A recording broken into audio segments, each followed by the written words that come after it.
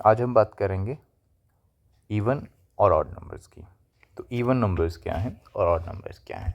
तो बहुत simple basic सी चीज़ है, कोई ज़्यादा कॉम्प्लिकेशन नहीं है, सिंपल सी चीज़ है।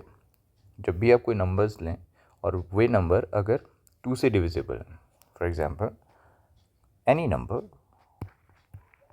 विच आर डिविजिबल बाय 2, और अगर आप ऑड नंबर्स की बात करते हैं तो which numbers are not divisible by 2। For example कोई भी एक नंबर ले लेते हैं, छोटे बड़े नंबर, जैसे 16 की आप बात करें तो आप 16 को जब 2 से डिवाइड करते हैं तो रिमाइंडर आपका 0 बचता है।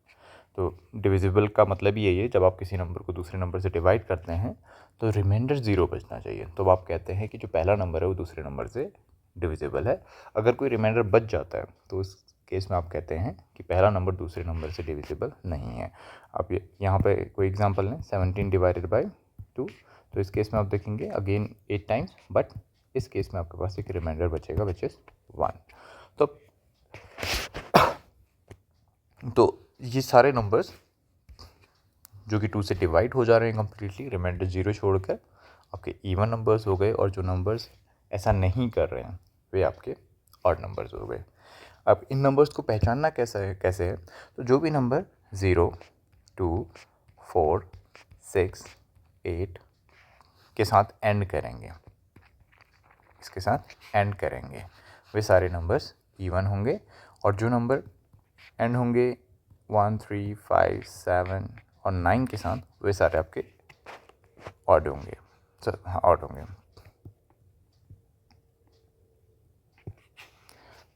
31, 53, सॉरी 30, 42,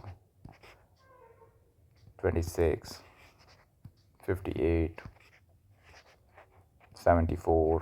तो आप देखिए ये नंबर 0, 2, 6, 4, 8 के साथ एंड हो रहा है।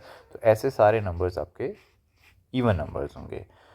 41, 37, 35, 43, 89, 189, 1, 7, 5, 3 और 9 पे एंड कर रहे हैं। तो ये सभी नंबर आपके ऑड नंबर्स के एग्जाम्पल्स हैं।